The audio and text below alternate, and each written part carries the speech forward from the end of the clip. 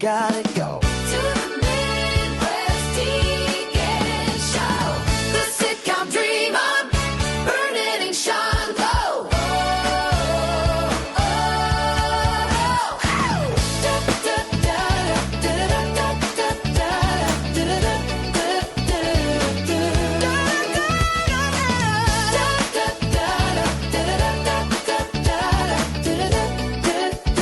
da, do. Hello and welcome back to the Midwest Degens Show. I'm Alex. He's Caleb. How's it going, everybody? A long time no see. Last week, Wednesday was last time you guys saw us.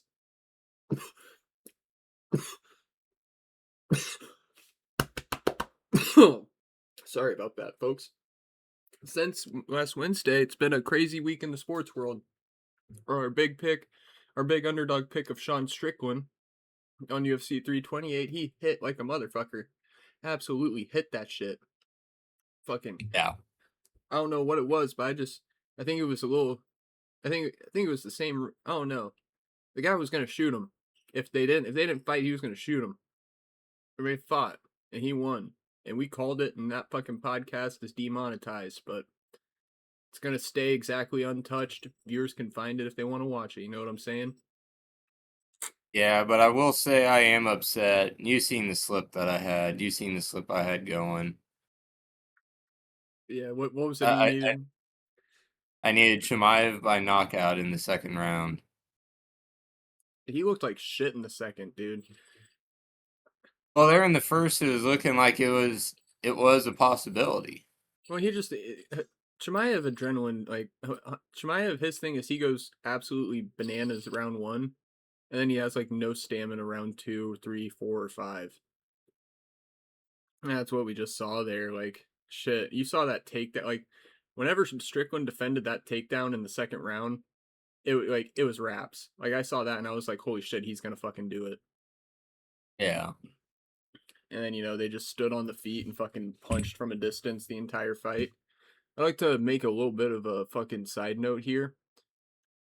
That was the first time ever watching UFC I've seen them use advancing and retreating as a strike statistic. I have never seen that before in UFC history. Yes. I personally thought that was absolutely ridiculous. Just the bias that they use. Like UFC, they're all about bias. They're always up to some bullshit to try and they're always up to some bullshit to try and fucking like favor, like they always pick a favorite and they'll do anything to try and persuade people towards who they want to win. You see it a lot with Sean O'Malley and all of those Dagestani folks. And that's what I think we saw there with the striking, advancing, and retreating. I think it was fucking ridiculous them trying to use that against Sean Strickland. He was fucking, you couldn't hit him. I was watching that fight, man. You were watching that fight. He was rolling every punch. Rolling, or it was like I was really needing him to not to. My thought process behind that pick for Chimaev to win by knockout in the second, because I was thinking Strickland was going to go in there so fucking hot-headed, he wasn't going to be thinking. He was just going to go in there swinging, and he was just going to get knocked around that first round. He just barely fucking managed to claw his way through it. And then that second round, just finally, once Chimaev was able to land a good fucking combo to him, just drop him. Mm-hmm. I get that. I 100% get that. I will say I haven't put $5 on a bet in a long time, and I put $5 on Strickland to win, and I don't regret that shit. I think in hindsight that was like one of the better picks I've made. Yeah.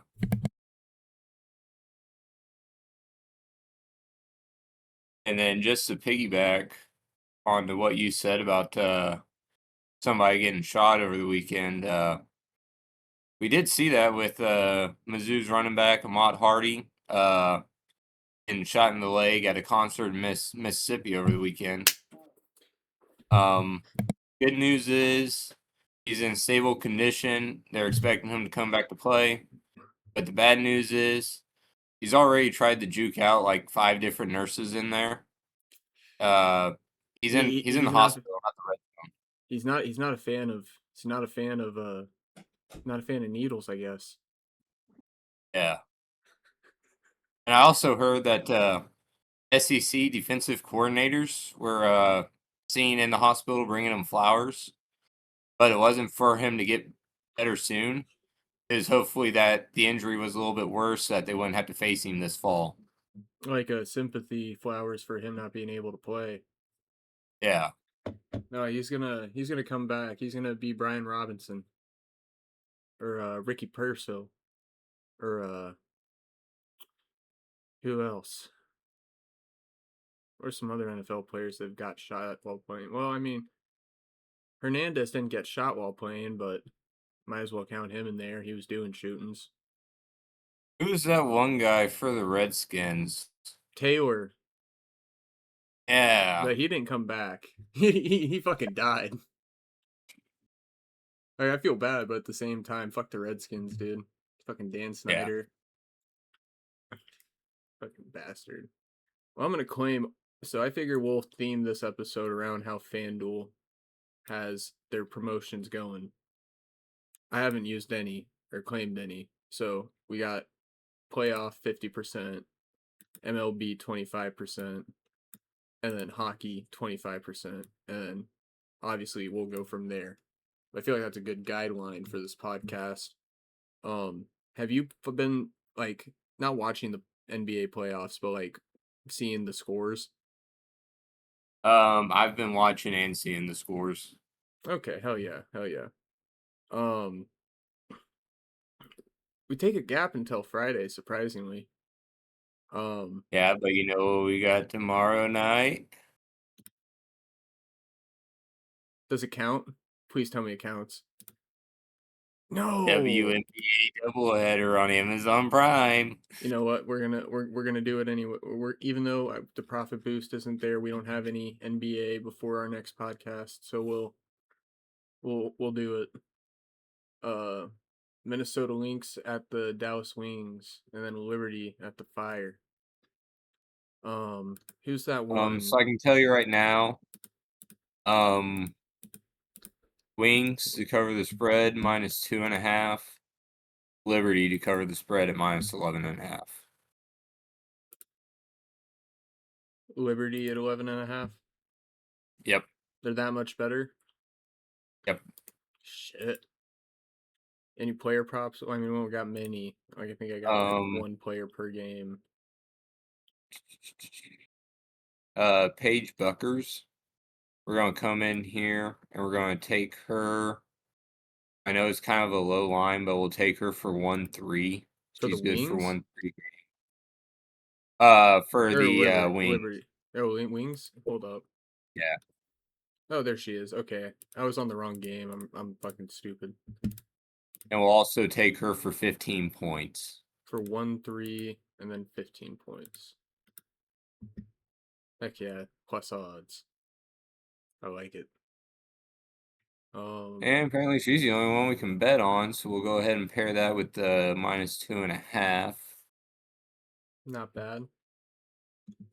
And then the other one, we got Brenna Stewart. Brianna Stewart.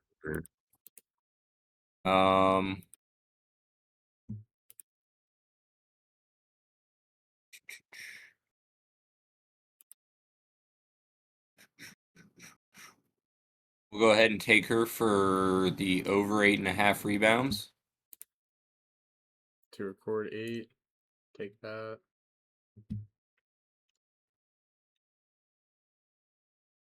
I wish you could bet on her threes.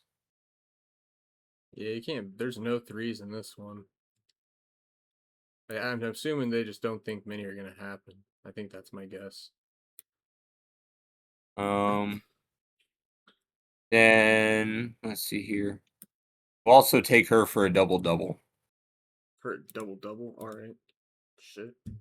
Suddenly, that's a good WNBA parlay right there. And then if you got the same things I got here, it's a 6-leg parlay plus 774 total odds. So a dollar pays out $7.74.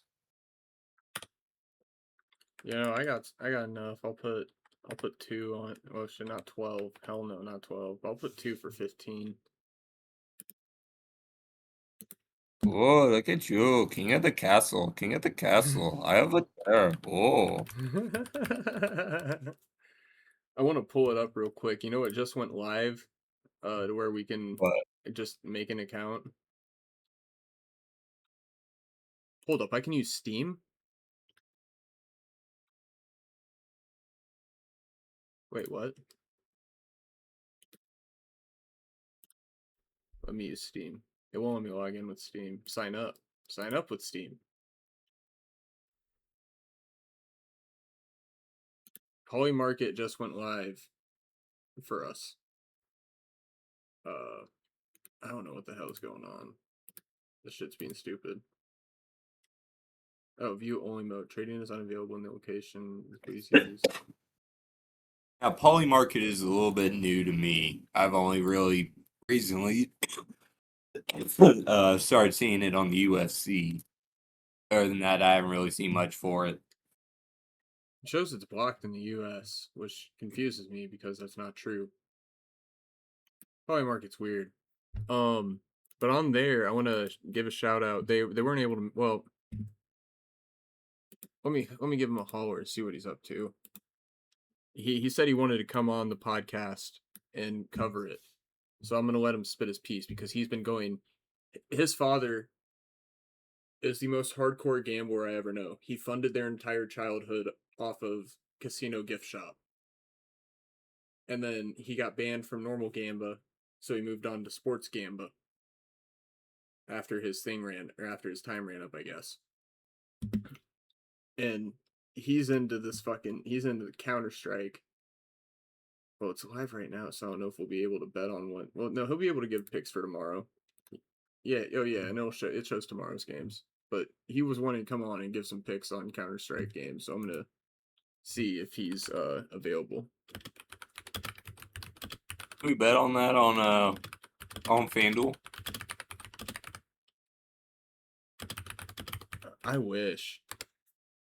I've messaged them about it, and they gave me, whenever you ask them about something that they don't know the answer to, they give you the runaround bullshit answer of like, oh, well, our terms and services and our policies. What the fuck is Dota 2? Is that on there? Or is that on? Yeah. That's on FanDuel? Yeah. Holy shit. Holy shit. Dude, this is groundbreaking. Let me invite this dude. Let me add him. Oh shit. Hold up. Technical difficulty, folks. Alright, folks. So let's welcome JR as a guest. First ever guest on the podcast. Glad to be here. Let's get it going. He's the Counter-Strike Esports specialist. The man lives and breathes the fucking Counter-Strike. That's correct. Yeah. Sorry to interrupt, but Alex, I can't hear you at all. Oh shit. I can hear you. Alright, folks, technical difficulties have been solved over here. Alright. So I don't know the process on how to get a Polymarket account signed up currently. I'm a bit stupid. It says unavailable in my region, which is kind of bullshit. If you're on the website, that's going to be your main issue there. You have to do it on the app Oh shit, gotcha. for America, at least. Gotcha. But tomorrow, is it champion? We see a lot of champion leagues here, but we're following the big tourney, correct? That is correct. Right now, holy, I'm so down on that. Navi is looking to be kicked out of this league currently. We're on the IEM Atlanta 2026.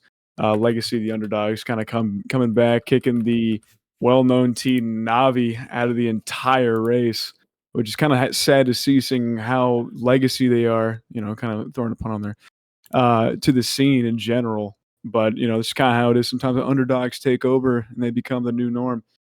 But, it's sad to see Navi fall from grace. Yeah, and we're seeing them with, yeah, they're losing right now to Legacy, and it That's looks like, I mean, they made it to the final though. Is this like qualify? No, that's playoffs. Oh shit. Oh no, that's to qualify for playoffs. Oh shit. Yeah. that's right. Fucking Vitality too. Vitality did beat FaZe. Now there was a lot of controversy going on with Bet Boom team. I've not really known it up until recently. Actually beat Vitality. It's kind of like, I don't know, for those that don't know, I would say it was like LeBron just got beat by Little League. It was very interesting to see, to be honest. But overall, I'm excited to see what's going on here. Other than the fact I just lost 50 on a Navi play, but sometimes sometimes you bet on your heroes and you get burned. And that's why you never bet with your heart, man. And I've learned that the tough way through football, man. Football and UFC, man. Like, Exactly. Yeah. it's you want you want the American to win, but like that Hamzat fight, 99% of the time that's going towards fucking Hamzat, and it's like Dude, you're just sitting there disappointed. you know, I mean, as we speak, Navi just lost, and that's a big shot to me. But at the same time, you're completely right. I mean, with some of these underdogs coming up, it seems like it's the season in every sport I've been looking at, UFC, esports in general. Strickland versus Chimaev.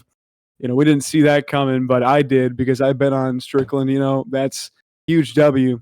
But at the same time, it's also a huge W for America. Um, Overall, people were mad that Chimaev lost, but at the No, same they time, shouldn't it's kind be. of funny because as soon as he lost, the next day I saw two guys in Uzbekistan committed suicide because they put their house on the line. So retards going to be retards. If that's okay to say, guys. But never put. That's one thing I will say. Never put your house on a bet. Never. But You can put the mortgage, but Yeah. never the full house. that's what I'm saying, dude. You don't want to lose your assets. That's a big asset. Is your living. But sometimes you got to play the risky moves, and those guys played the risky move, and it didn't pay off. So who do we have making the playoffs then, Jared? Do we have? So we got the Bet Boom, So it looks like Bet Vitality. Boom and Legacy are actually be making that too. Believe FaZe is kicked out completely. It's also another legend brought down, fallen from grace. I mean, we've known that they've been falling for a long time now. FaZe especially has been the center of a lot of concern, especially because of how big a name they were back in the past and everything. You heard them in COD as well. You heard them in a lot of different esports areas, but they're just kind of a joke. But So it's I'm just how sorry it goes to sometimes. sorry to interrupt here. Alex can attest to this. I'm a little bit of a boomer whenever it comes to gaming. Hmm. I'm mainly a farming simulator guy. I got you. So these phase guys are these the same phases as in phase rug. The guy that's That's starting right. to catch files now. Oh yeah, dude. FaZe Rug, FaZe Banks, FaZe Rain, FaZe Jev. Everyone knew these guys, but so far in the past 5 years, they've been dipping out of that organization, and they've been leaving, especially because of FaZe Banks. FaZe Banks did a whole crypto scam. Don't know if you guys saw that.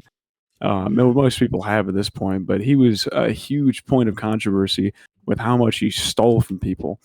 Average crypto poll, and then these big names here and there, especially going back to the CS League, Stewie 2K. If you guys know Stewie 2K, I'm sure you guys don't, but that guy was a huge player back in the day with the CS League, and he was a huge point of controversy for a crypto scam. Again, some of these younger guys coming up with huge popularity, using that popularity against their fans. I mean, you can attest to that, especially with some other sports as well. But also big names like Logan Paul. Like everyone knows that as soon as people get some popularity and they see some trends where they can kind of pull a lot of money out of some people, they'll take the chance. Caleb's a huge WWE guy, so he's well and fed up with the Logan Paul shenanigans. Oh yeah, Yeah. And also, Caleb, there's a crazy, in the theme of the podcast in general, it's the greatest controversy in Counter-Strike history. It's like a steroid. It was a technical steroid performance enhancing drug scandal against Cloud9 Gaming, a team in like Oh 2016 yeah, Counter-Strike. And you know what they amazing. were doing for performance enhancing in Counter-Strike? I'm assuming it was either weed or meth. Adderall. It was meth. Yeah, it was Yeah. meth. They were Yeah, on so some, steel meth. Yeah, yeah, yeah. essentially. They're on some high tier Adderall gaming. All of them were taking Adderall. And back in the day, actually, with this entire esports scene, it was pretty popular for some people to take some performance enhancing drugs. As it was in early sports as well. But now, obviously, with that scandal, it's been cut down on a bunch. And sometimes you wouldn't expect it from the guys that sit down at a chair all day and play video games. And that's not to discount the strategy that goes into these sports, but at the same time, it does discount the brands that want to sell caffeine and energy drinks for people that sit down at desks all day. Like all these stimulants come at a cost, especially seeing that Cloud9 were hopped up on Adderall for the entire major and lost. So it didn't really benefit them much. They didn't really go far. It really just goes to show that most people I know, and this is kind of deviating a little bit, but when you go to a lot of different streamers or people, so a lot of figureheads on these gaming platforms that want to show out G Fuel or Gamer Subs, just a bunch of fucking energy drinks basically for sitting at a chair and playing video games. It's just such a waste, especially because you're getting hopped up on some caffeine basically to do nothing.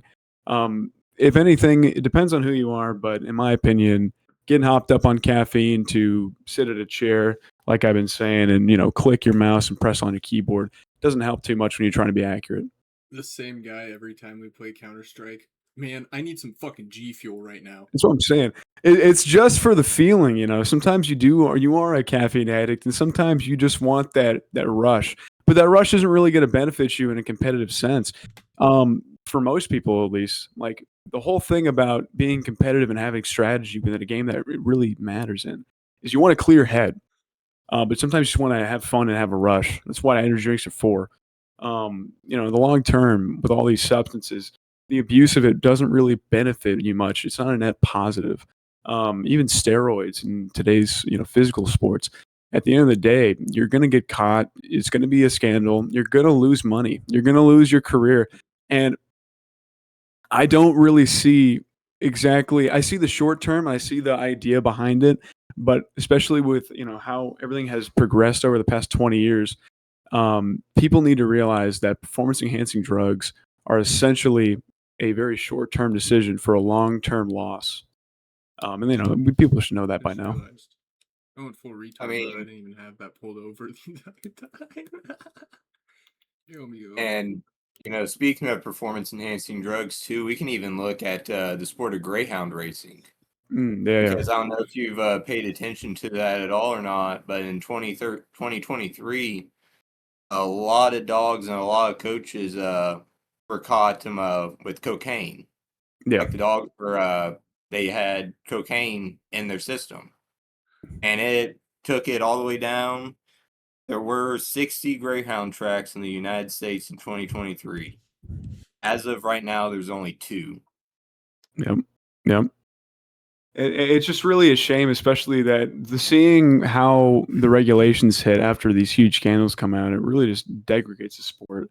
Um, you see it especially. I'm going to bring it back to Counter Strike as well. You saw it back in COVID when a lot of things were brought back to the home and people started doing a lot of stuff online. One thing that really benefited from that was electronic sports, where the fact that people got to sit at their homes and play from their desks in their own living space, which was nice, but it really brought up a whole abuse from their coaches. Even their coaches would go into the replay as a spectator. It was a bug. For those that are unfamiliar with gaming terms, essentially gave an unfair advantage to go into the games as a third person view to get info that was not readily available to give to their teams, to give them an unfair playing field. And I think about 36 coaches did this. And as soon as it was found out, they lost their job and they had to pay fines. Like overall, all these things ruin the integrity of the sport to a point to where you lose jobs, you lose money, and you lose the ability to do what you've been doing for so long that it fucks it up for everyone else. See, it's crazy how similar all sports are with that, or like esports aren't technically, or like typically considered a sport, but it's crazy how Yeah. like how the same sort of shit goes down. And like honestly, like Caleb, like there's big Saudi money in the fucking esports too. Like the Saudis are pumping, they're 100%. pumping like who knows how much fucking money into the esports, along with all sorts of shit, just because they want their country to succeed. Which, Hey, but where there's money, money is to be had. There's going to be Saudis. There's going to be foreign interest. It's just where it is. I mean, especially you see that in UFC as well. I mean, I'm privy to that for a long time. And for the average Joe, it's not a bad thing. I mean, especially if people like placing some bets. Um, there is money to be made, but there also is a lot of losses to be had whenever you have foreign interests. It just really depends on how you want to play that. But overall, it's always fun from a third party perspective from someone who's just putting some money here and there. yeah, 100%. Well, Yeah. when you're putting money down like me and Caleb, it gets real. Like, dude, we were at the baseball game. I'm hyped to do this as soon as the Royals come back to town. You can bet on every pitch. You can bet, is it going to be a ball? Is it going to be a strike? Is it going to be a hit? Or not? Top of the 11th inning, damn near 11 o'clock at night, and we're sitting there betting pitch by pitch. Oh yeah. Dude, it was beautiful, man. It was truly, that's all you can ask for. It's just the ability to fucking every single thing that's happening. And dude, if you go on Prize Picks down there in Texas, dude, you could go look up Counter Strike, and you can bet on the players to go over under on kills. You can, yeah. Which I mean, it's a big thing in any sport, especially esports, especially as it rises in popularity. The scene of Counter Strike specifically, going from 2016 to now. I mean, there's big money in it now. I mean, the major that's coming up on June 4th, the prize pool is like $1.5 million. You never really expect it, especially from these gaming sports, but I mean, that's where the money's at, man. Yeah, dude. Or South Korea, dude. South Korea, it's like the main sport out in South Korea. All they do is play esports. That's right. It's just a big cultural thing now. I mean, it's not bad, but I don't think it'll ever replace physical sports in terms of where the fans go to, what they want to see. And that's obviously understandable from a lot of people's perspective. But that's also how the culture shifts, especially with Gen Z finally getting up to sports and really trying to put some interest in whether it be with their dollar or whether it be with their time.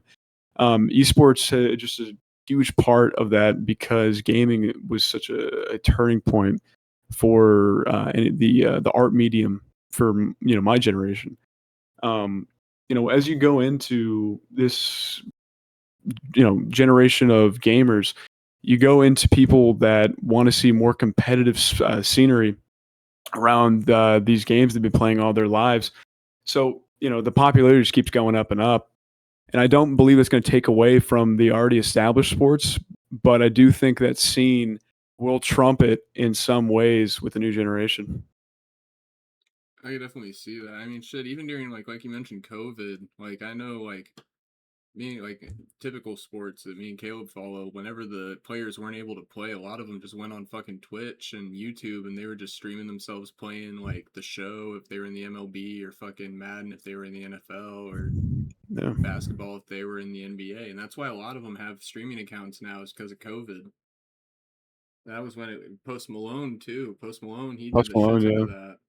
Played a lot of Call of Duty. It was really fun. It was fun to watch. That was fun. But yeah, dude. I mean, one big thing I do want to say, Counter Strike, and you'll see this with really any esport, but the one thing I love that stays consistent within almost every sport is the banter. It's the conflict between the individual players. I mean, you always see within these sports, people get riled up. And one big sport I'll point to for that is hockey. Everyone knows that. You go for the fight sometimes, but that's what really gets those personalities going. Is whenever you see people yelling at each other, when you see people really getting into these fights, that really gets you interested in not only the gameplay but the individual teams themselves, because of the kind of what's built there in terms of all the trash talk. But that continues online too with social media. You can see the football, you can see the UFC, especially UFC. I mean, holy Strickland. I mean, I go back to him. He's a personality in himself. his Dude, entire personality outside of UFC is, I think that carries him into more popularity. people want to see that, man. People love the fucking. They love the unhinged. That's right. That's why he's a great fighter too. Mm. I'm like, dude. I gotta ask. Considering you're the esports guy, outside of UFC, mainline sports, which one you like the most? I know you don't like any of them that much, but which one you like the most? I can get into I'd probably say football would be one of my mainline go-tos. Just because I was raised in a football household, I was able to get into it and understand how it plays. It's not been my cup of tea, but as I go into these games and I have friends that, will tell me all about these teams, I can really relate to and see why people grow into, fucking really just playing into these games, these teams, and growing a relationship with how far they can go up into the Super Bowl. Um, in a very similar fashion, I go into the majors for CS. It's all the same in terms of growth and real fan base for these sports. Even chess. I mean, you see people diehard fan bases. It's all the Something same crazy. in terms of following, and that would play into my love of football. Is I was born in Texas. I love the Cowboys. I know they suck. That might be a little hard to hear for some people on the podcast, but and now I'm more of a Broncos fan. I just think it's interesting to see not only the physical aspect of it compared to esports, but also just how riled up people get over this. Man, Um, Caleb won't and admit rightfully it, but so. he's there with you. He's a Broncos fan, but he won't admit it. He hates Nah, he go hates back. Go. well, you say that, but you hate the Raiders, the Chiefs, and the Chargers. I also hate the Broncos, mainly because fuck Sean Payton. Hey, I mean, I like him because I really got into this last season, and I mean, I it was hard to see them kind of fall at the end, but I mean, their entire pickup throughout last season was very interesting to me, just because I wasn't really in tune with football up until the point to where they started getting in there. Because fuck the Cowboys at this point. They can't do shit since '99 or Dude, since the '90s. you're living in the hell of it too. Like I moved away before Jerry World was built, but you're living right next to Jerry World. You're like 15 minutes away from fucking Jerry World out there, dude. That No, shit's I know hell. That shit's hell. it is. Fucking Dallas, man. Dallas is a Texas, It's an Dallas. interesting place. Interesting place, dude. I will say, what was it? CS just had their one of the Blast Premier tournaments in Austin. Um, well, was it Austin? Yeah, no, actually, it was Fort Worth. That's right, Fort Worth. But didn't they label it as Austin? No, it was no. They had an Austin major not last year, the year before that, and then they just had a Blast Premier tournament in Fort Worth at the Dickies Arena. It was a 3-day thing. It was great, but the only thing about that is, as these low tier tournaments kind of rise up, it really does take away from some people's interest, just because it's not in where this game really shines, which is going to be Europe. It's going to be that EU area. A lot of people will know, at least with this game, is that scene is mainly European. The Um, Russians. yeah, those where the teams shine in terms of major play in Tier 1. It's going to be all those European countries, the European teams. But it's always nice to see our American brothers getting up there on their desks and really showing up against those Euro trash. It, But I'd but say I'd say they're like over the NHL. Like they're like hockey in that sense, where it's like you have all the fucking killer teams over in Europe that everyone's just like, holy shit, they're just murdering everyone. And then our American teams are just competing amongst themselves happily, and we're like, oh yeah, yeah. they're having Although fun. and then you get the Dallas Stars just absolutely decimating some of those Canadian teams. Sometimes it's always fun to see, especially whenever you can really relate to being as local as I am. Um, and that's one thing I will say. I would really get into hockey back at least a little bit ago. when that was enjoyable. But I'm never really into the actual sport itself. I respect the effort that goes into it, but I'm mainly there for the fights. That's all For sure. anyone's there for, dude. Whenever I went to games in Arizona, I was picking which games I thought a fight would happen in. Yeah. That's what sucked about being up in Fargo trying to go to a hockey game. As a league that the Fargo Force is in, I can't remember what league it is now, but they had banned fighting completely. Like if you were fighting in a game, you got suspended, and it was like a 3 strikes and you're out kind of situation with it. Yeah, that's lame. There's no incentive to go to the game if you can't watch a fight. Dude, one of their games, it was them versus the Sioux Falls something, showed up on my YouTube the other day. And I didn't even watch it because I remembered you telling me that the Fargo Force was a sack of pussies. Yeah, man. No, whenever it's such a developed thing and people expect it and they go to games for it, it's interesting that these organizations will try and limit that and ban that people's interests. Like, obviously it's not an intentional thing from the sports perspective that people are going to beat the shit out of each other, but it's just expected at this point. So just to hear that is actually something people are trying to do and trying to limit.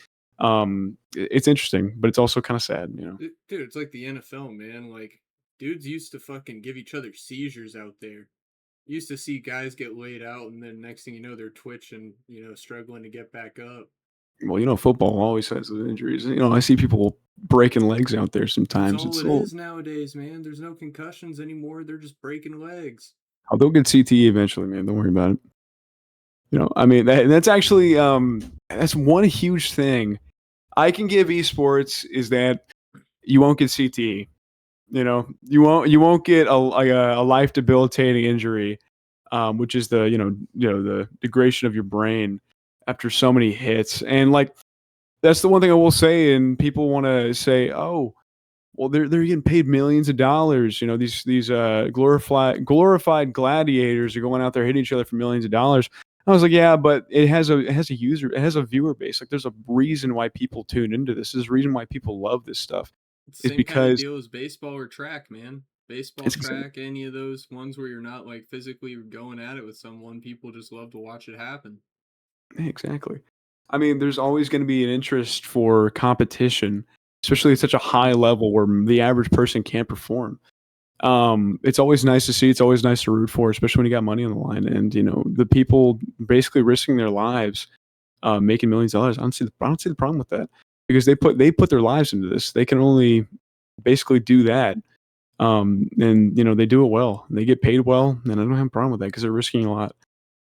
But I think some people that want to put into, they want to put effort and energy into saying something is stupid or something isn't worth watching, which can be some esports watchers nowadays to be like, oh, well, esports is cooler, or gaming is a better, more strategic sport than, let's say, football, which is just not true. But it's also the fact that people want to try and demonize it because they think it's, it's just not as interesting. But that's opinionated at the end of the day. But I never want to be on the side of a sport is less than. I always view them all as equal because there's always going to be an interest behind them. But I will say, obviously, there's going to be more on the line when you're playing a physical sport. 100%. Yeah. Shit, even baseball, dude. We're big on baseball right now. That's what we've been really feeling MLB so far this year with the fucking Kansas City, but fucking they've been like I don't even know, man. Like, there's no like physical contact really outside of like, whoa, bro, don't touch him, bro. You can't hurt him, bro. No, don't do it, bro. That's really all there really is, except for like once in a blue moon. But fucking what you'll see in baseball is you got pitchers at like 12 years old. They're fucking snapping their tendons in their elbows so they're a better pitcher whenever they're in high school and college. Yeah. And one thing I will say, I had a conversation at one point recently. There was something about what sport would take more intelligence. It's purely speaking on physical sports, and a lot of people threw some stuff out there. I personally believe physical sport that would take the most intelligence probably be baseball, just because of how much that goes into it. especially with how the team plays and your positions and everything. Football is going to be up there as well, but at the end of the day, I've seen so many more, just overcoming plays that really take a lot of brain power behind some of these teams that you just don't expect because you got to be at that top tier. Mhm. No, dude, it's hilarious with baseball.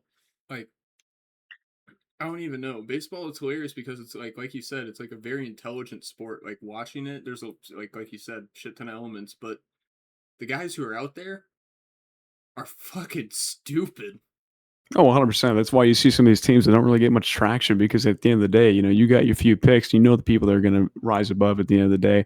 That's why it's so interesting too with some of these sports that you have some developed teams that you're like, oh, these guys win all the time. Like kind of like the Patriots back in the day. Oh, these guys are going to win all the time. Well, like it's always fun to see them fall. Hmm. That's my main thing is that you love seeing the sports where the teams are just up there all the time. They're the winners. They're the main pick for maybe a few years, and then just to see them fall is amazing because you might be in that hometown. You might love seeing it, but at the end of the day, it gets boring. Can You you know, agree with that, Caleb, from an NDSU standpoint?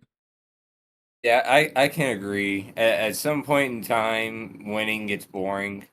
Like there was a point in time where NDSU was like damn near fucking 35-0 or some bullshit, and they were having a hard time filling out the Fargo Dome for home games. Like you'd see, max occupancy currently at 17,000. You'd see crowds at like 10,000 for like a higher end like fucking Youngstown State versus North Dakota State there at the Fargo Dome. yeah. I mean, it kind of goes back to the competition. You want to see competition. You're going into it. You want to see some probability going on. That's not just like 90-10 or like 93-7. Like you want those underdogs to have a chance. When there's no chance, it takes away some of the enjoyment. It's kind of like back in the day with boxing with Mike Tyson. Back whenever you'd have families buy the pay per view. You'd have them set out the dinner, the chips, the whole party would come down, and the match would start up. Boom, one punch knockout. Like you did all that, and you got everyone gathered around for a good game, and Mike Tyson lays the guy out. You Yeah, know, no fucking point. and don't get me wrong, it's interesting to see, and it definitely is fun to watch until you basically spend a bunch on pay per view just for the first 30 seconds to end. Modern day daggies, dude, are like that, dude. Nobody wants to buy the pay-per-views where they're headlining because they're just gonna fucking wrestle fuck them the entire time. That's all they're But gonna that's just do. boring. It's not even Yeah, quick. It's just boring. but it's like what's gonna happen. It's just why would I want to watch that? Yeah. It's like whenever there's a real challenge at hand, like you'll see like interim champion versus Daggy, and people are like, "Oh shit!" Like this is something to Yep. fucking watch. That's why I'm actually interested in the new White House fight coming up soon. Mhm. Ilya Ilya Taporia Lobo, yeah. and Justin Gaethje. I feel like Ilya probably will win, but I always have my cards laid out for Justin Gaethje. Um, In the spirit of the pod, I think it all depends on if he does a dab or not before he goes out there.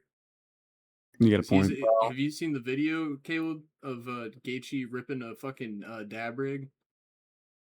I have not. He's The a only thing pro. I go off of a Gaethje is if he comes out to fucking Garth Brooks, that motherfucker ain't losing. What are some There we other go. What are some other country artists? Dolly Parton. If you come out to Dolly Parton, you can't disrespect Dolly. My wife, if I were to start talking shit about Dolly Parton like I usually do on here, my wife would get mad at me. So I'm going to refrain from talking shit about Dolly Parton. Hmm. I feel like Tim McGraw. If you come out to Tim McGraw with the career he's had and the legacy he's built, come out to Tim McGraw and you get your ass kicked. You need to get on out of town. Yeah, it's time to retire after that. Alan But Jackson.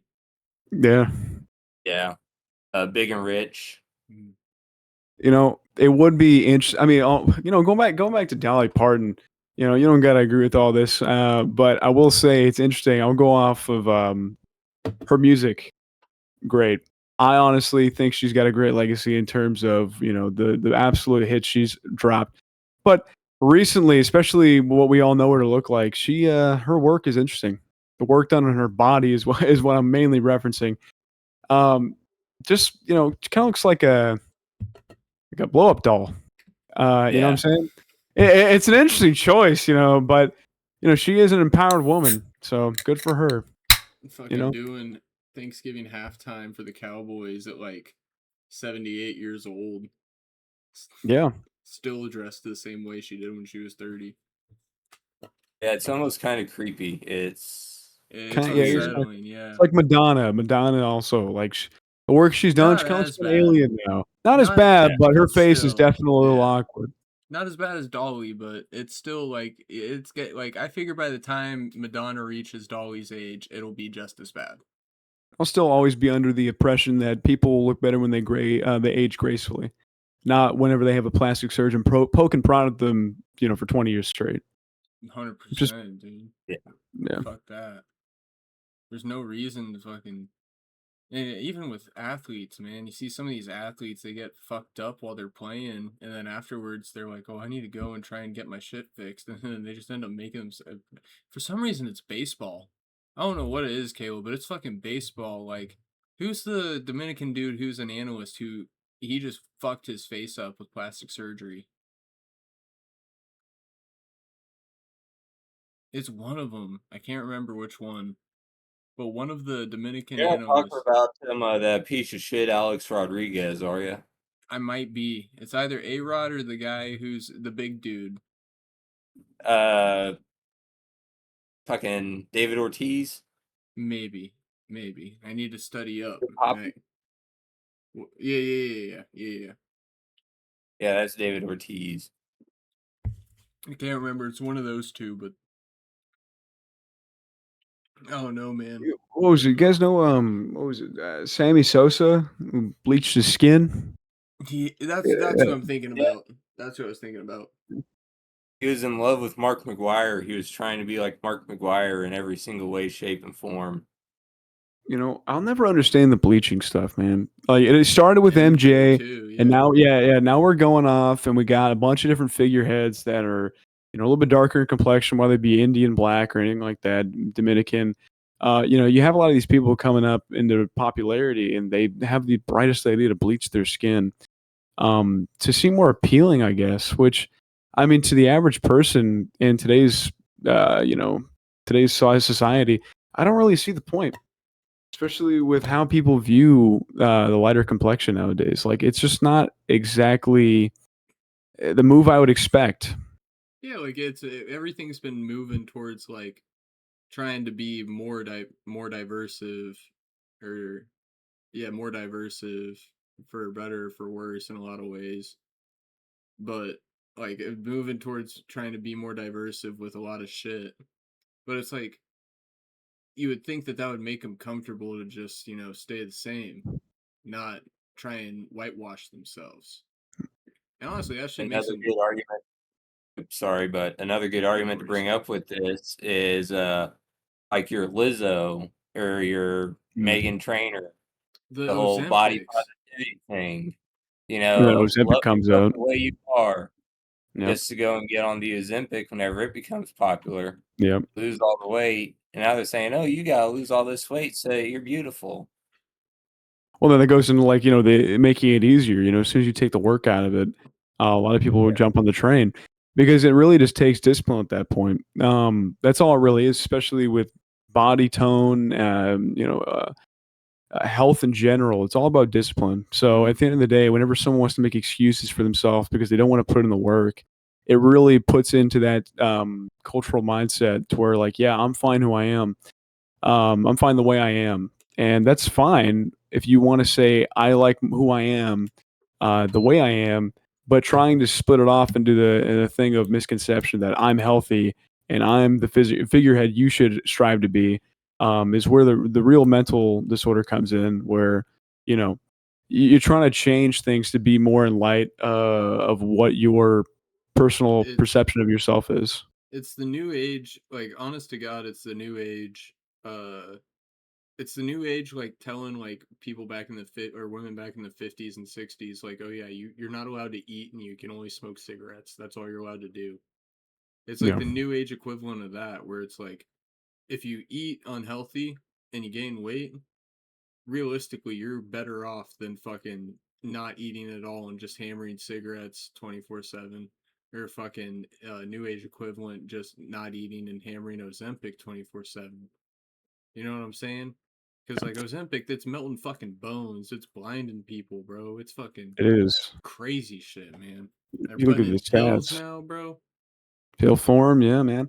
And you see the stats, especially with the lowered bone density and the paralyzed stomachs and the blinding. I mean, some people haven't gone completely blind, but there are cases, and especially there's a lot more cases where people start to lose eyesight or have diminished eyesight.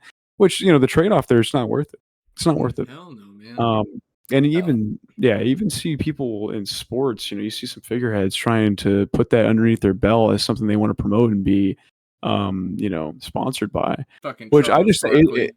yeah, I just think it's reprehensible because you're putting your name behind something that doesn't have enough testing, for a quick buck, just for the large audience to adopt it and eventually ruin their health because of it. It's just very sad to see, and this is not new in any sense.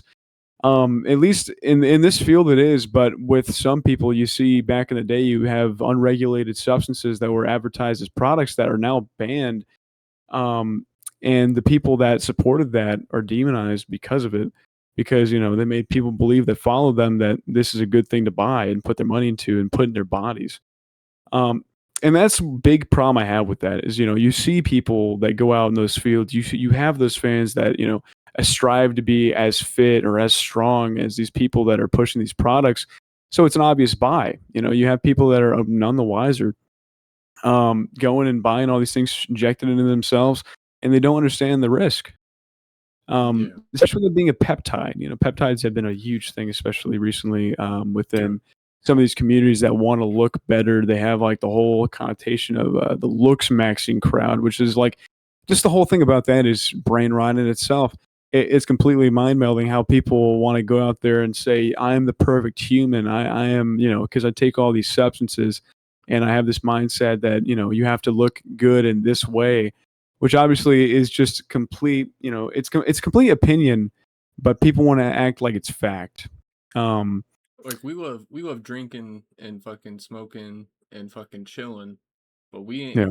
The one thing we hate over here at the Midwest Degenerates is we cannot stand fucking steroids and the new age fucking peptides, all that shit. It's even the medical version with the Tommy John surgeries for pitchers. It's all just God. Yeah. Yeah. And honestly, there's always going to be that loophole to where it's legal for it to be done.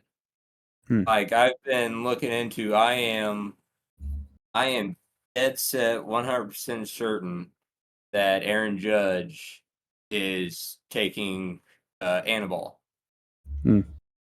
because there's this company out there. I can't remember the name of it. I have it saved on my phone here. I can pull it up real quick. But they make a completely legal workout enhancement that has the same chemical compound as anabolic steroids, but at the same time, it's so different from anabolic steroids that it won't test as anabolic steroids. Yeah. Yeah, it's by Nutrex. Some of those workout brands out there. It's just called Anabol Hardcore. Yeah. You see that with SARMs too, especially when they hit the market back a while ago. You see people abusing that because it's always a new form of steroids. It's a new form of testosterone. You just purely ingest into your body, inject it, however you want to take it. And it's just something that comes out. It's not regulated. People abuse it for the same benefit that people did 30 years ago, for an unfair advantage. And I mean, you see it with lifting too, especially in those scenes, because you want to put it into sports terms, especially with testosterone and anabolic steroids. Lifting as a sport has been plagued by that for the longest time because that is directly affected in terms of strength, not even just pure skill or strategy. Um, it's hard to see, especially because it is such a big thing that people want to go into whenever something is so competitive. They want an edge. Um, you're going to get that with your steroids. You're going to get that with your uppers. You're going to get that with your Adderall, your caffeine, well, whatever it may be. All of it is going to give you an advantage that might not be completely regulated because sometimes it takes time to have these organizations put in the rules to stop people from abusing stuff like this. And the MLB was the last organization to start doing randomized drug tests specifically for anabolic steroids. But during the 70s and the 80s, it was very popular for teams in the clubhouses to have two separate coffee pots. One that's just regular caffeine and one that's spiked with methamphetamine. Yep. So that they'd go out there and they'd play that whole fucking game high on that. Oh yeah. I mean, hell, you see it back as well. Obviously, a lot of these sports it was very normalized until a point where they had to ban it. But especially in boxing, everyone knows they were taking steroids. Everyone knows they were taking all these substances to get an edge, and which it's so bad too because these are like contact sports. These are physical sports where you could kill someone. And when you get into being in such a position of popularity, obviously what comes with that is the abuse of drugs. And I mean, you see that with Mike Tyson when he bit the guy's ear off. It leads you down a path of just mental instability. Um, and that'll go down in the history as one of the most known incidents within sports where someone just went so off the rocker where they physically disfigured someone to a point of hey, we got to get this guy out of here. And I mean, you see that in some other sports as well, like UFC, people breaking each other's arms and breaking each other's legs, and later to come out the guy was on something. They gave him an edge, and that happens all the time. But especially after you hear someone took something to give them an unfair advantage, it just really puts them in a bad light. Mhm. It's hard to see, but it's an inevitability that people are going to try and abuse something and get an edge.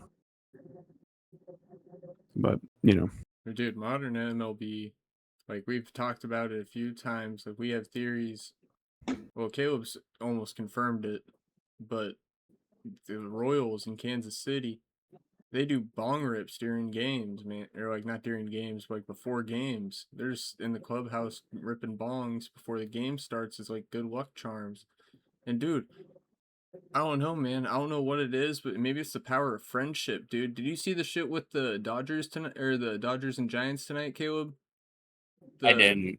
Dude, look up the Giants, like somewhere. Look up the Giants win or like their win celebration tonight against the Dodgers. It may have been like a few nights ago or tonight, but they beat the Dodgers, and their win celebration was the power of friendship. That's still not as good as the Athletics doing the fint fold out in the outfield. Well, I mean, it's Oakland. Well, Sacramento. Well, doesn't really matter. Well, Vegas too. Yeah, I mean, all three of them that they're associated with are kind of just riddled with fucking drugs, fentanyl. oh yeah, dude. One thing that I do want to put out there and kind of changing up the topic a tad bit, is going to be age, because a lot of these players that will abuse substances like this are either up and coming and they have something to prove, or they're people that are really dropping out, people that are kind of going past their time and they're really trying to get the most out of their career, so they abuse anything they can get to really get ahead of those young bucks. And I mean, you're going to see that in every sport. You even see that in esports, like we were saying before in Counter Strike. Dude, You even got a lot of people that are going up WWE. there.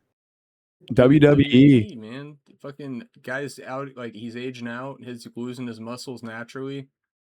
He doesn't want to lose the spotlight against like fucking Ric Flair. Like I'm convinced. Well, I think Ric Flair was one of the only guys who really didn't do. Well, he had to have at some point, but late in his career, he definitely didn't. Yeah. But Oh yeah, 100%. But fucking like, there's a bunch of them, dude. Like, just a bunch of different WWE wrestlers where they were just abusing the fuck out of steroids in their career to try and keep it going. Well, Scott that's the problem Steiner, too. all Yeah, the yeah, guys in the '90s.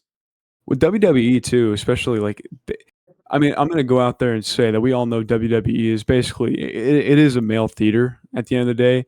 It's Mm. great to watch, but it's such a different playing field of how they abuse stuff because they want to look good. They want to continue to keep those muscles. They want to be the big man, and that's great, for their appearance. But at the end of the day, it's gonna kill them. Like Mhm. they're gonna end up like what is it?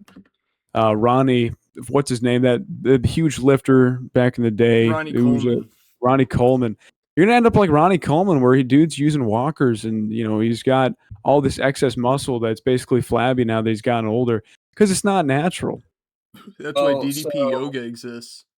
Yeah, so we all know Mark Henry, right? Like we've all yeah. seen Mark Henry. Have you seen videos of him walking now? I haven't, but I'm gonna assume it's not great. Oh, He's no, got to it's use a definitely cane and he not. walks all fucking bow-legged and shit. Ooh. I don't want to get a copyright strike against the video for using WWE footage. I'm gonna go on my phone and look at it. Mark Henry. Yeah, I mean, that's the thing too about people his size though. It's not even that he was a big jack dude. This guy put on pounds. Like he was a big guy. So whenever you're forcing your body to stay at a certain weight for Yep. so long, they just can't support it. It's gonna degrade at a certain point. You're gonna put so much strain on your skeleton and your tendons. It's gonna break down. And it's kind of sad to see too, because in a different light with WWE, where it's all about appearance, you're going to see people pushing their bodies to a certain point, not even just for a physical, boost R.I.P. to get them ahead of a competition, but just to look good. Rest in peace, Um, Chris Benoit, bro. yeah, yeah, and that also plays in the same way as like bodybuilding competitions. You're going to see people that take steroids just to get bigger and bigger to their detriment. It's going to end up putting them in a wheelchair one day or dead. That's where Mark Henry came from. Mark Henry came from like he was Olympic power lifter before he ever Yeah. came to WWE. And I mean shit, Yeah, and even then then they abused him in WWE, having him lift cars up and shit. and on top of him doing that in the WWE, he was still competing in the world's strongest man competitions. So he's True. getting that abuse as well. There. Yeah. Yeah. And you see, like, this also plays in the powerlifting. I'll still go on record and say powerlifting is one of the most unhealthy sports in the world because these guys go up to that stage and the entire preparation is they put on weight just to lift more. And, it's always interesting to see these guys lift like, thousands of pounds. They're deadlifting so much weight. They're benching so much weight. Like, damn, that's really cool. That's really interesting. And, it's something that's inhuman. But, you can only keep up for so long, especially whenever you force your body to basically be this powerhouse. It can only go on so long, and the body was never meant to do that. It wasn't meant to do all of that strenuous activity, especially with all that weight being put on in such a short amount of time. Mhm. But it's really just how it goes. People will do whatever they can, even to the point of damaging themselves to stay ahead. Whatever it may be. And even in intellectual sports, you're Caleb, going to see the same thing. what was the Al Pacino football movie where Lawrence Taylor played a player who like he was not medically cleared to play, but he was gonna play anyways because he had a fucking bonus that he had to hit. Do you know any given Sunday? Hold up, I'm gonna lose my mind over this, dude. Any given Sunday, dude. That's like a perfect example where the concussion movie where you got like they literally took Mike Webster and just slandered the fuck out of him, had him tasing himself in a fucking pickup truck looking like a crack addict. Oh man. Fucking football. Yeah. Oh, shoot. You know, Well, JR, we're gonna go ahead and continue with the rest of our picks that we got for other sports. If you'd like to stick around and fucking chime in, we'll take any sort of wisdom we can get. You could tell us the weather's 2 degrees hotter in the south, and we'll be like, all right, this team's winning. So if you want I to stick gotcha. around and chime in on shit, you're more than welcome. But we're gonna move on and do some other picks on like normal sports. Oh, I gotcha. And I will probably dip out here, but it was always, it's always nice to kind of chime in and give some opinions on such a heated topic here and there. Because at the end of the day, that is what it is. All sports in general is always going to be such a big landscape with so many different things going on at the same time, especially as electronic sports get up in the field here. Um, but yeah, no, always fun talking, always fun giving my opinion, and I hope you guys have a great rest of the podcast. Thanks for having me on. Oh, absolutely. It was a pleasure having you on tonight, man. It was Alrighty. great having you on, learning a little bit. Appreciate it. And you guys have a good night. Nice meeting you, Caleb. Yeah, nice meeting Later. you as well. Later. So how you feel about Jered? Pretty good esports guy. Yeah. Hell yeah. But got me in the mood for baseball from that conversation. We just saw Rangers beat the Diamondbacks, which means I would have. Well, Royals lost tonight, didn't they? Yeah. No, that bet wouldn't have hit. So at least I was right on that game. But we got a bunch of active games going, and then on to tomorrow where we can make picks. Got the loaded slate as usual. Where you want to start, Caleb? I'm trying to look through, see what the pitching matchups are, see if there's anything I'm liking off the bat. We will.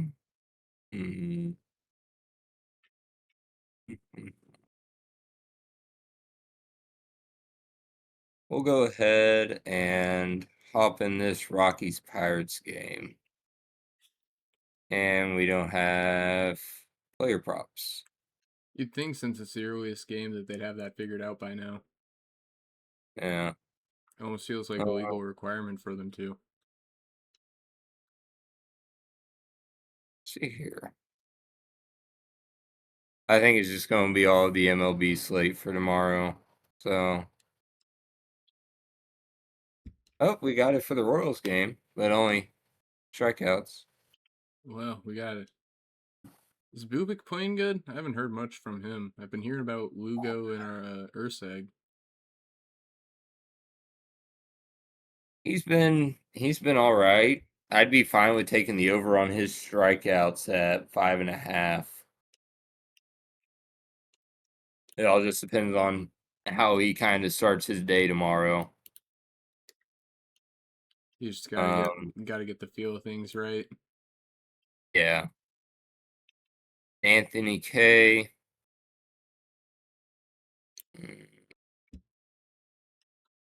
I wish I could bet on runs because I would 100% take Murakami for a homer in this one. I don't know why I'm Yeah, feeling it. unfortunately, we can't do that yet. He's just slamming him, man. Yeah, I would take the over on K's strikeouts as well at 3.5. Such a low line, and it's a plus odds. Well, he's had a few three strikeout outings and a couple like twos, but he's had one game where he's thrown like 8 or 9 strikeouts. Jesus. Dude, this is really random, but I'm just thinking about it again, man. It was Royals and Mariners. I had a 6-legger that was one off of hitting. I'm pretty sure I told you about this, but I'm still not over it because it pissed me off so bad. The line for the pitcher for the Mariners was like 4.5, 3.5. Well, I could go back. I think it was. Let me see. I have it on here. Speaking of leggers, you know that 25 legger that I sent you, the safest 25 leg parlay ever. Did it hit? It is currently, and I'll hop over to ESPN here in a second to check stats, but it is currently 4 legs away from hitting. diabolical, dude. That's gonna. I mean, it's so many like for the viewers who aren't aware. Caleb made a 25 leg parlay where he just made a shitload of picks on the parlay, that were like minus 400 or 500, and it was like 25 picks for plus 190. Plus 323. Oh my god. Yeah, here's this Royals parlay I was referencing. Lugo 6+ strikeouts, Caglianone hit, Pascantino hit, Witt hit, and then Royals money line. But the fucking pitcher for the Mariners, I had him going under 4.5, and he finished the game with like 13 or 14.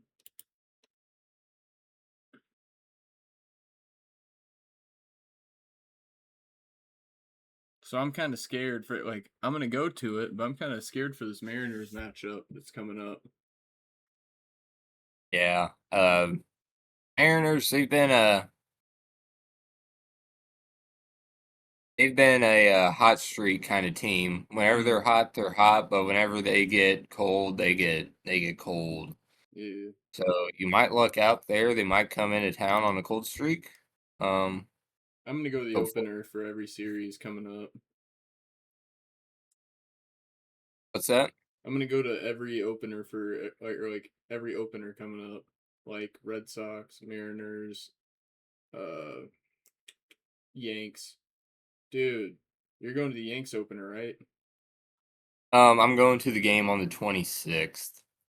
I think that's That the Tuesday. opener. Yeah. Or no, opener would be a Second Monday. game of that's the second game of the series. I'll hit that. I'll have to change it and hit that one instead. Or are you gonna go for a Judge ball in that one?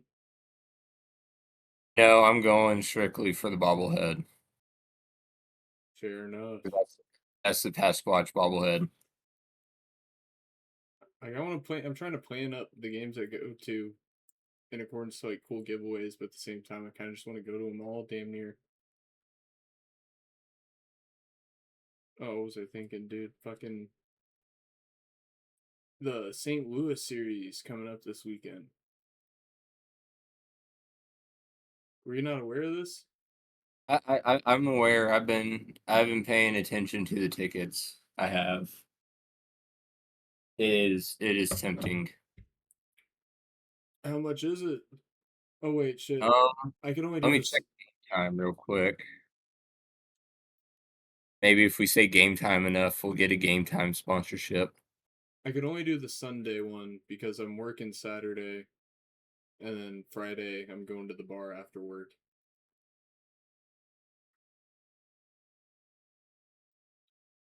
But I could hit that Sunday one. Sunday looks like cheapest tickets are $13 in the outfield. Fuck it.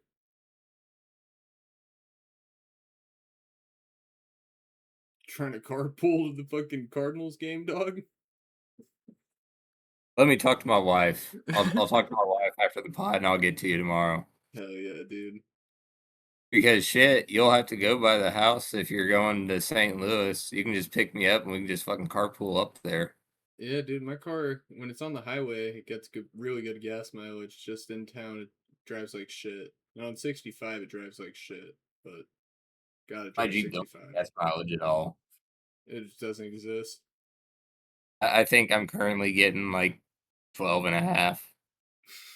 Constant? Yeah. Jesus Christ. That's fucking wild, dude. Are the Mets still being the Mets? Because I'm looking at this. Are they still fucking everything up? For the most part, I heard they found another Mr. Met. I don't know where this Mr. Met came from, but I heard they found a Mr. Met face down in the Hudson the other day. Shit. He's just that depressed. He was that depressed. Yeah. Rest in peace, Mr. Met, man. And not only did they find one in the Jersey Mike's bathroom, but They're just finding. I mean, shit. It sounds like he was just a bad role model for fucking the Mets. You know, it doesn't sound like he was fit to be the fucking mascot for him. Yeah, they need to bring Grimace back. I agree. Sounds like that guy. It sounds. I'm sad for the Mets mascot, but it sounds like he just had a lot of problems he had to work out for himself, and it sucks that he wasn't able to. Yeah. Who knows? Maybe we'll see something new in the news next week. Maybe. Who knows? Who knows? Maybe Mr. Met will just be up to all sorts of fucking bullshit. Just throughout the entire year, he'll just continue. Like maybe this new Mr. Met will end up being worse than the last one. Who knows? I think I the think Mets live and die by him.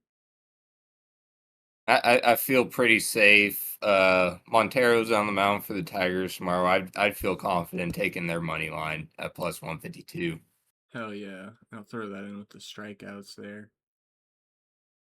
Only one of the games they don't have. Oh shit. Let me see. Yeah, only one team doesn't have their pitching situation figured out tomorrow, and that's the Twins. Yeah, more than likely that means they're going to go with the bullpen game. So for that one, we'll take the Marlins to cover the spread. Marlins plus 1.5. All right.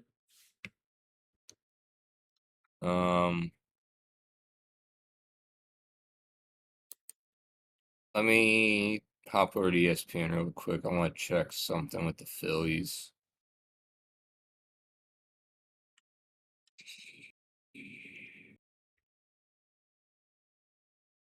All right, so tomorrow. Oh yeah, player props on this one. Who we do? Yeah, full.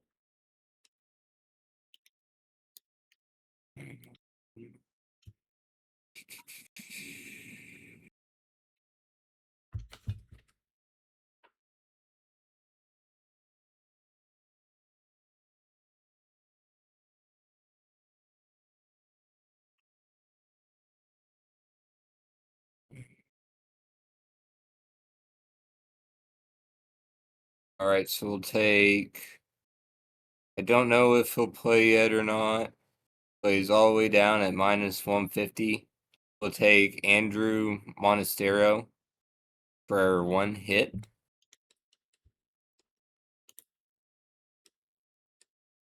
No, down all the way down there. And then right above him, we'll also take Wilyer Abreu, just in case he doesn't play. All right. Then strikeouts.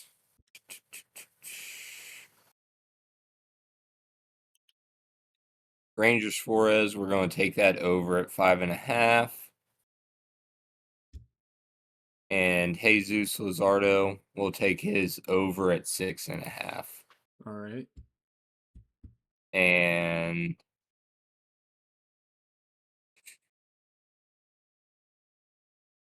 we'll go alternate total runs under 10.5.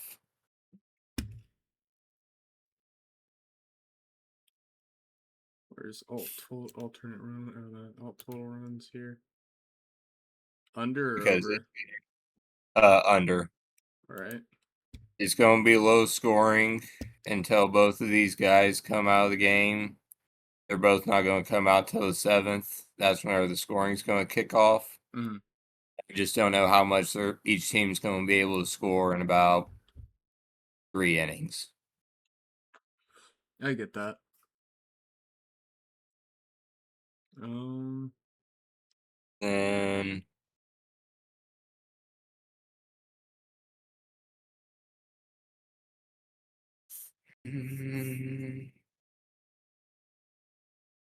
Rockies. we'll go ahead and take the Dodgers money line. Dodgers. Or no, we'll take Dodgers spread.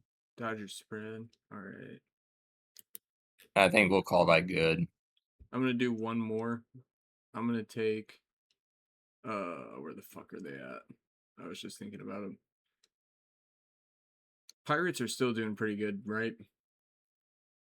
For the most part. Rockies win this one. Rockies are actually having a.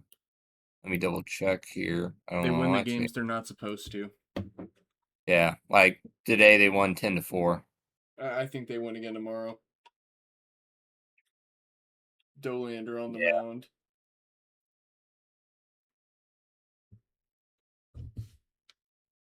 Yeah, Dolander. Dolander's going to do it for him. Hell yeah, I'll slap $1 on it. 1346.65. And I got a 50% profit boost. Fuck yeah. Oh, I only got a 25, man. I wish. So I'm putting 25 cents on that motherfucker for $363. Hell yeah, dude. Actually, you know what? I'll bump it up. That 25 legger's gonna hit. I'll bump it up to 50. No, I'll do $1. That's what I'm winning off of it. I'll do $1. Same 13 hundo. 14. Oh, 14. Oh, because it's like, yeah. Wait, hold up. Let me look at it again. Yeah, 14.53. Oh, shit. What am I missing? I got Dodgers, Marlins, Tigers money line. Well, I got that. I got the 50% profit boost. True. That That makes bumped it sense. up 145,274. Shit. I'll move over into hockey because we got that. Do you still have the 25% profit boost on it? Yes, and my 25 legger is now missing 2 legs. Shit. Like voided? I need Ariel Atkins. Let me see how many points I still need from her. Let me get back to the WNBA. Ariel Atkins, where you at, bitch?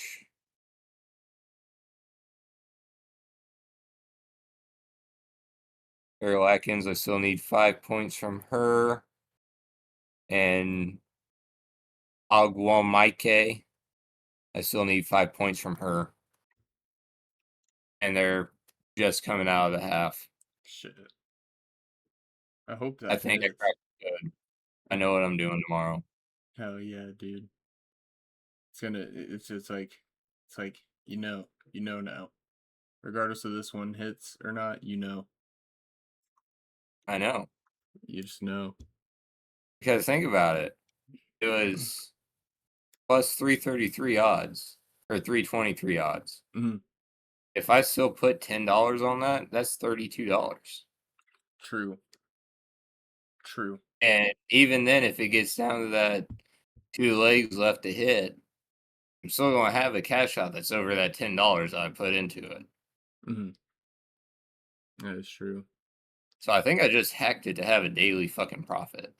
Hell yeah, dude. Imagine someone just like blows their ACL out and then that leg misses and it fucks your train up.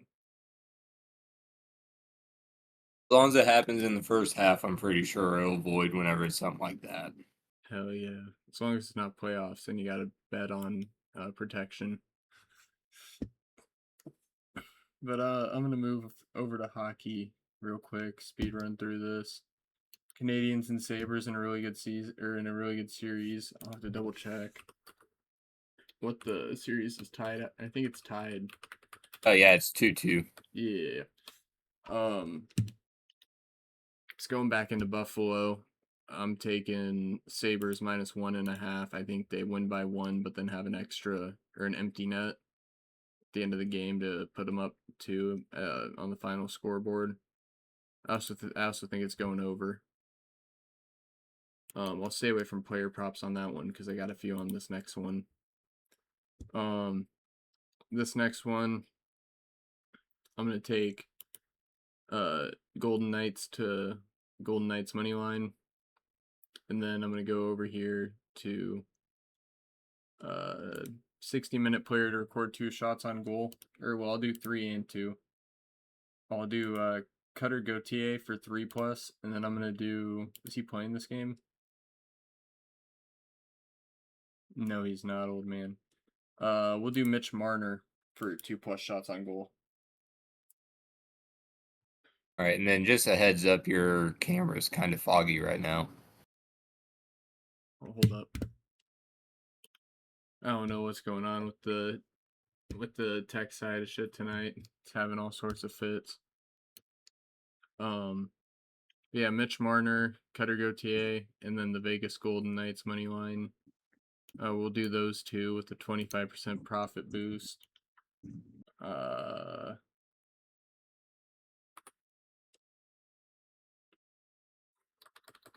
I'll put $2 on it. Let me go back. I completely fucking blanked. $2 to win 36 total, including the 2 you put in, so 34. 2 to win 34. Sabres puck line over, Golden Knights money line, Gauthier, and then Marner, 3+ and 2+ respectively. And then what else can we commentate on tonight?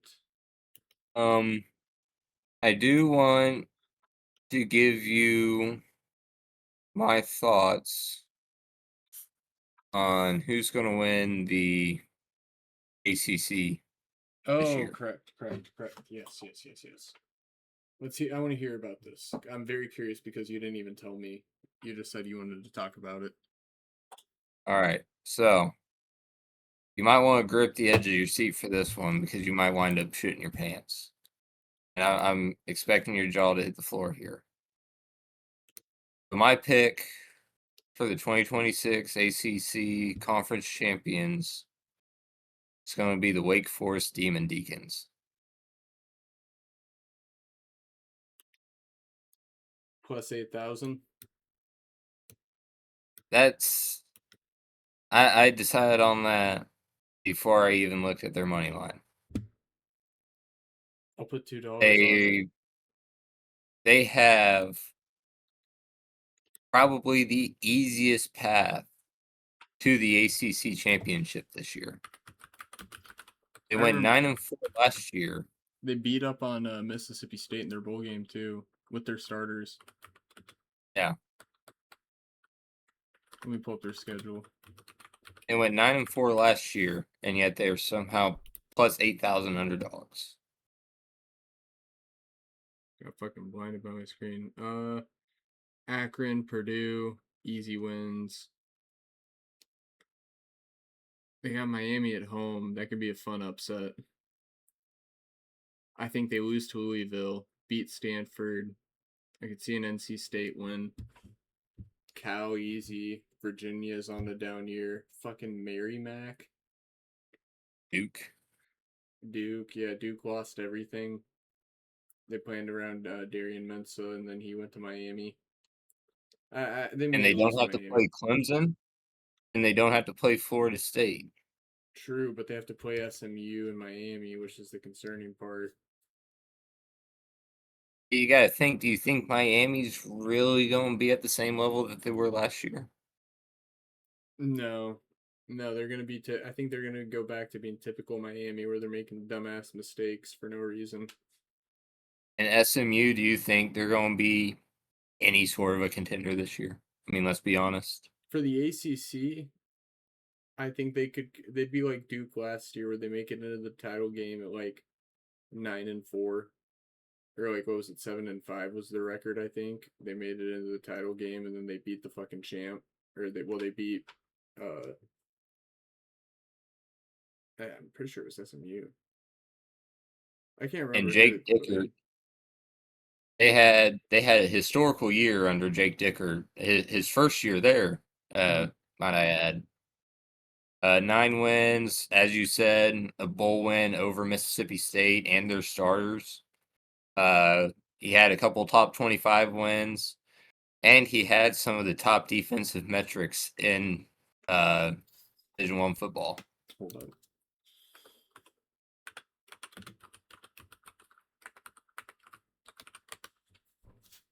And if they can carry that defense over from last year to this year, they're going to have a dangerous fucking defense in the ACC. I'm trying to see where they rank on recruiting class for this past year. Wait, is it still showing last, like, the year? No, it's 2027. ACC. They're 10th in the ACC out of 17 teams in recruiting class, so not terrible, but not great. But you got to think, too. Well, also, I will The say ACC's amount of recruits, it's tied between them Boston College, Duke, NC State, and Clemson. They recruited just And as a much lot of those Clemson. guys, all those teams are recruiting the same guys. True. They're cannibalizing each other. Hmm. Wake Forest isn't doing that. Wake Forest is going outside of those ACC pipeline states, and they can do that through the NIL. True. They can, and they're big. They're a fucking fancy school more than anything. That's what we're seeing with Vandy too. As much as I hate to admit it, Vandy, they've had good seasons because they were able to dish out fucking money through their donors. Yeah, and Wake Forest has it, and really, all they need to, and they have the season to do it. You look you see the schedule for this year. They had the schedule to have a 10-win season. And if they want to make the college football playoffs this year, they need you need a 10-win season. They need it. I agree. They do need it.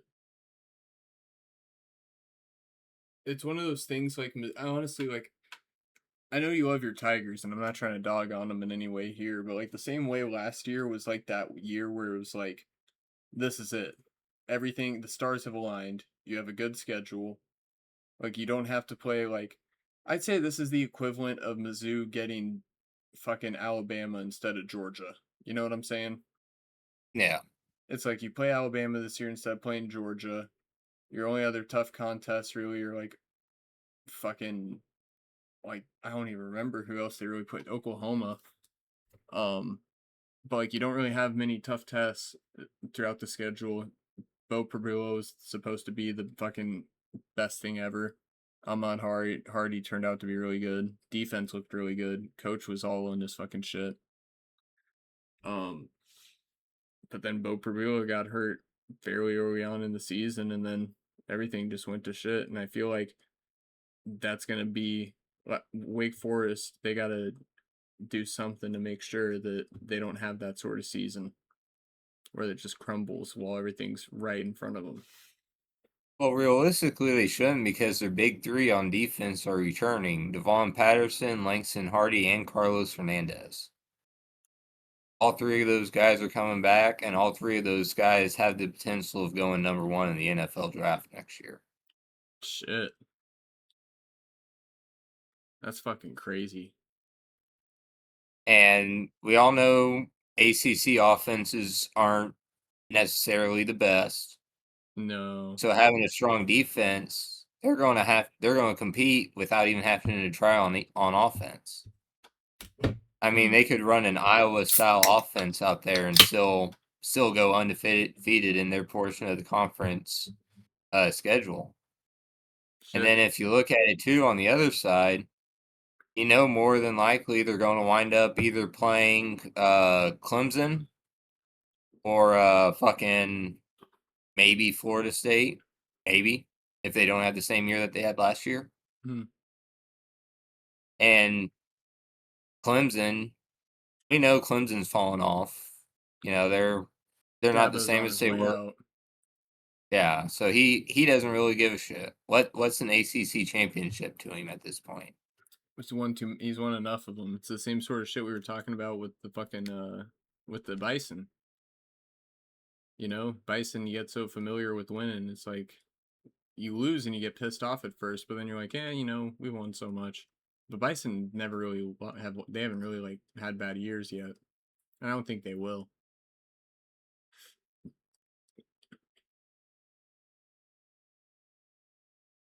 But I don't see a way where Wake Forest doesn't go at least 10-2 during the regular season. You think they're almost close to undefeated then? Because at least 10-2, there's 12 games, so that means I mean, I could at least see them having a shot at going 11-1.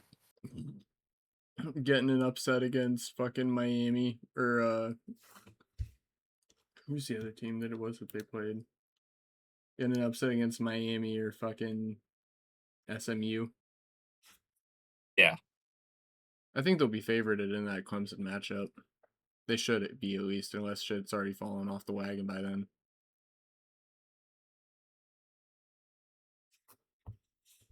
Um, And if you look at the transfer portal too, they didn't lose a whole lot of people.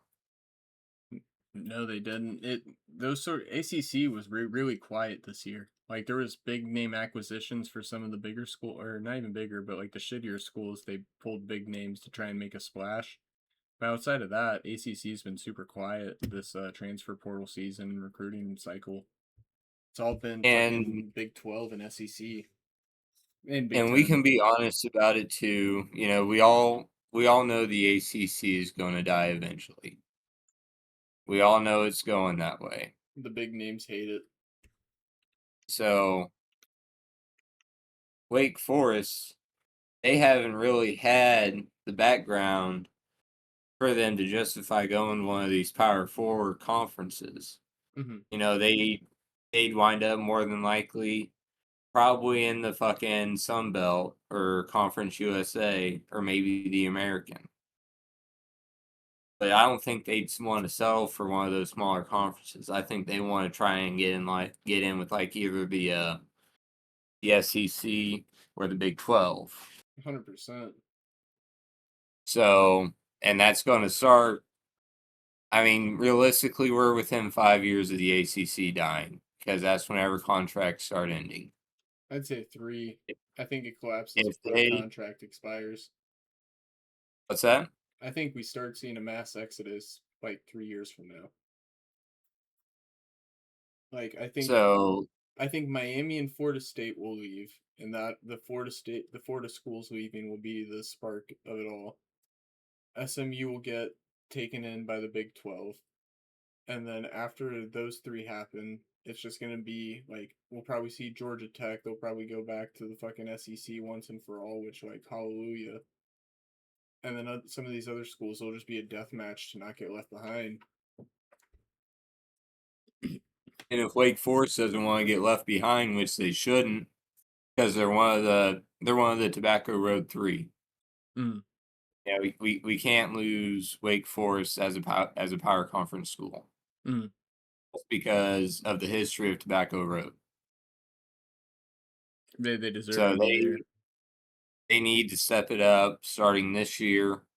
I'd say this year they win the ACC, but they lose in the first round of the playoffs, but they make the playoffs. The year after that, they at least win their first playoff game. They at least win one playoff game. But the next year after that, we see them actually competing for a national title. I hope so. That'd be so entertaining. It'd be like Indiana 2.0, basically. And honestly, if you look at the fucking blueprints from this past year and compare it to Indiana from last year or the year before, Mm. There's the it's lesser known version of them. identical. Just a lesser known version of them, you know? Not many people want to fucking. Like, I follow this guy on TikTok and he does commentary on Eastern Tennessee State University. He does ETSU commentary and like journalism and shit. Shout out to that guy. I can't remember his name. But it's one of those things where it's like you get like 1 or 2 guys who are like diehard passionate about it, and then outside of them, it's like nothing is trustworthy.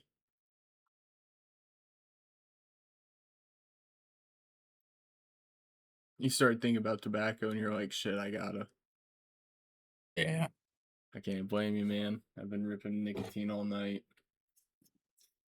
Oh no, I'm smoking a joint. Oh, that's a joint? I thought that was a cigarette. Hell yeah, Yeah. dude. Dude. Monday at the bar, dude. I went. Some other coworkers, some other of my coworkers that like work under me were like, I'm feeling the bar on a Monday. And I was like, the weekend I just had, I'm feeling the bar on a Monday. So me and 2 dudes from work, bro, we go to the bar. I went crazy, bro. And we smoked like I think 6 joints over there. Like it was just preposterous. But I loved it, but it was just like, dude, I smoked so much, dude. I ain't smoked that much flower in years.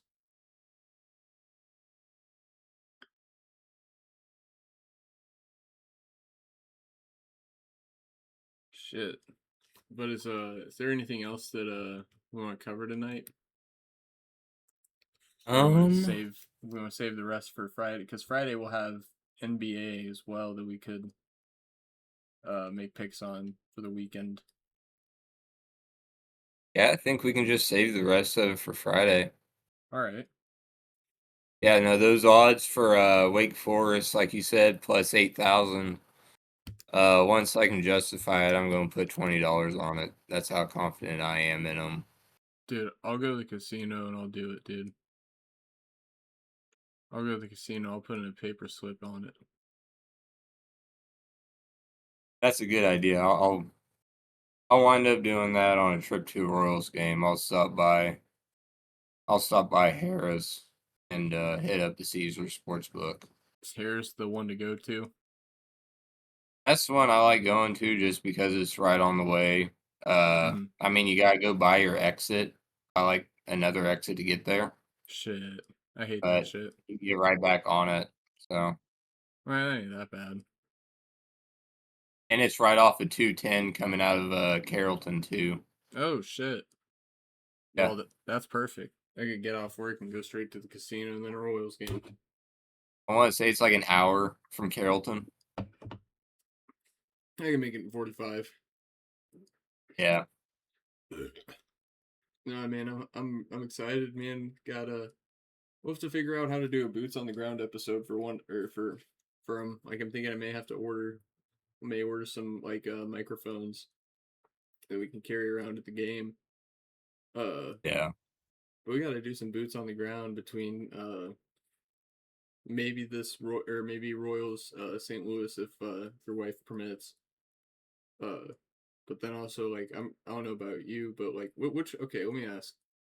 You're already going to well, that'd be the one, actually. That'd be the one because you're going to St. Louis. Never mind. I'm just gonna go to fucking all the Royals games. So I'm like trying to see like if you're down. Are you down for Royals versus Red Sox or Royals versus Mariners at all? I'd have to check dates. I will say June 9th,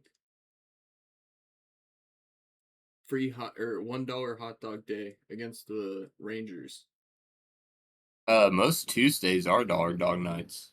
Really? Yeah. Oh, we haven't had a home game in like a week. Which I'm tired of it. They chose an awful time to do that, and I'm pissed at them for it. Oh, and did I tell you the section, like the seats that you need to sit in to get a foul ball? Which one? You need to sit right where the aisle comes down of 143 and 144. Because that's where the ball boy sits. And you can just be like, hey, ball boy, give me the ball. Yeah. Hell yeah, dude. Your limit is 2. Wait, what? Your limit is 2 balls. Really? Yes. Damn. They're strict about that shit. How many thousands of baseballs do you think they got stashed in baseball stadiums? A lot. I agree. I used to know the number, but I don't remember the number anymore. It's got to be in at least the hundreds. It's got to be. Especially like if you have a hitting spree, dude.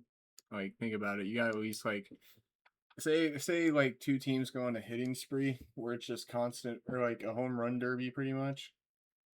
Well, think about the home run derby. I wonder how many baseballs they have for that shit. Where they're just constantly slamming them out of the park. Oh, they're upwards of probably close to about 500 or so.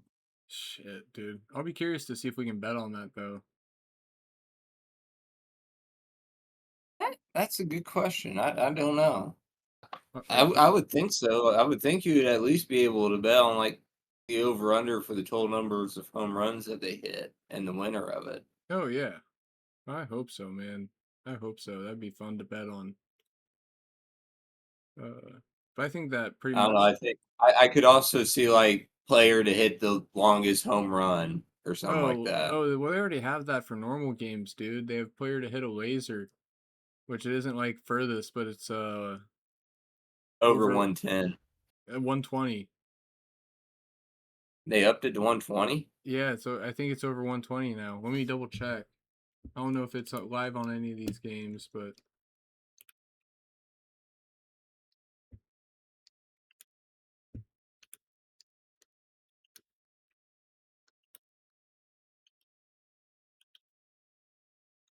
no, not on this one. But I know that they have it where it's like, or no, it's my player props. I think it may only be in pregame, but in certain games you can bet on certain players to hit a laser where I think it's exit velocity 120. Hmm. Which I don't know who's hitting a fucking homer at 120 exit velocity outside of like maybe Judge, some Dominican guy. Caglione. Yeah, Caglione could do it too. I believe in Cags. Which I found anytime I'm going to the game, put money on Caglione to hit a home run. That's why I bet on it last time, dude. It was his like bobblehead night, but at the same time I was just like shit. Last time we were there, he hit a homer. He's there again. Maybe. And well, it's the thing too. Like, if you're having a bobblehead night, you got to hit a home run. You gotta. Dude, I wonder, do you think we'll see so in that first game against the Red Sox, it's a lights out Urseg bobblehead night. Do you think we see Urseg in the batting lineup? I don't even think we see Ursay take the mound. He just has the fucking bobblehead as the entry gift. Yeah, I think he spends the whole game in the bullpen You don't think because it's either going to be a blowout or we're not going to need him either way, or we're just not going to want to put him in.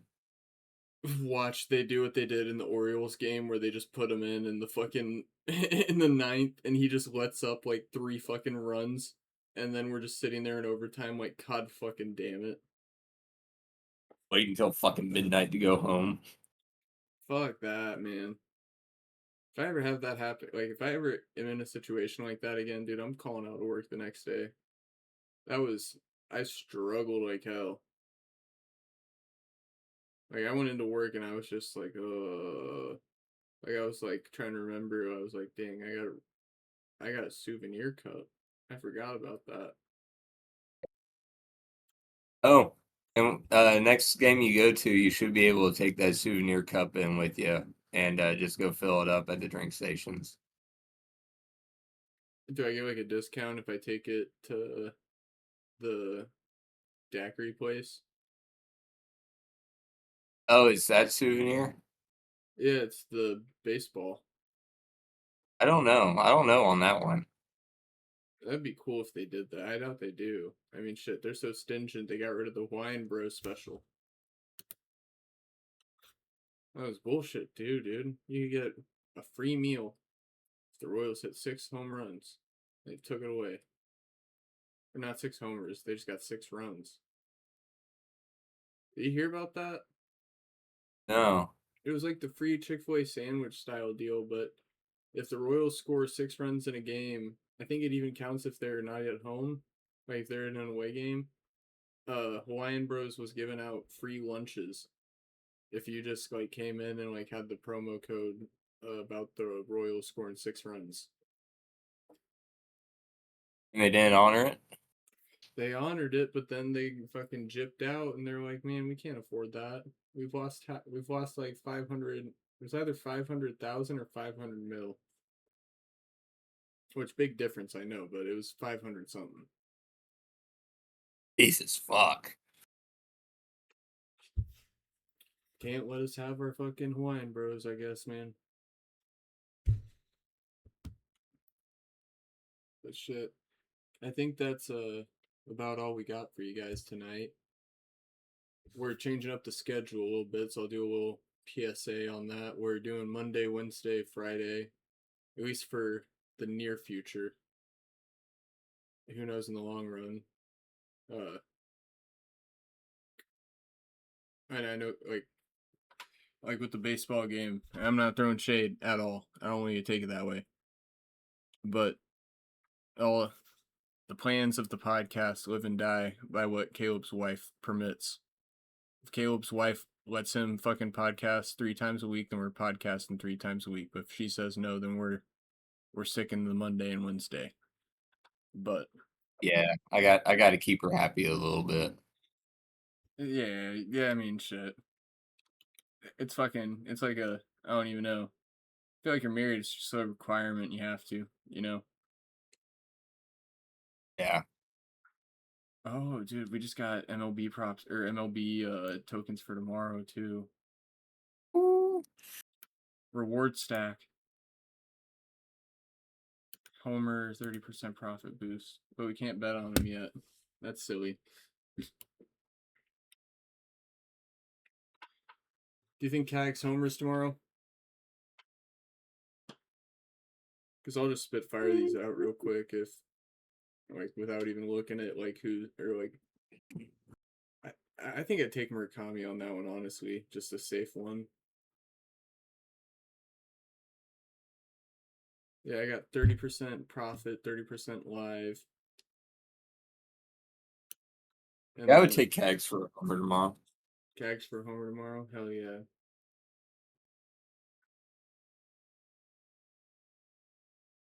Yeah, just straight. What's one? I got one parlay one, one live one, and then one Homer one. So Cags for a Homer. Probably would have just slapped these fucking profit boosts on the other bets we had if I fucking, or if we got these tokens when we were filming that segment. But yeah, I think that's about all we got for you guys tonight. We'll be back Friday with another episode for you.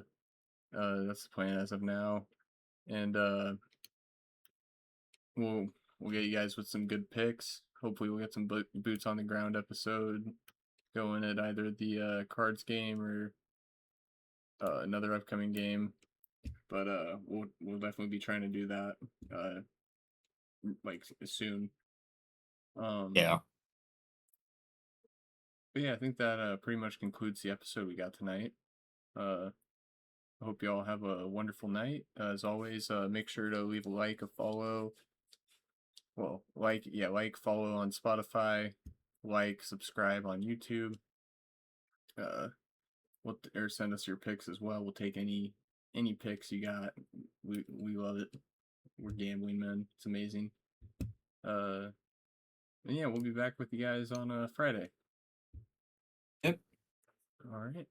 Well, catch you guys later. We'll see y'all in the next one. Have a good one.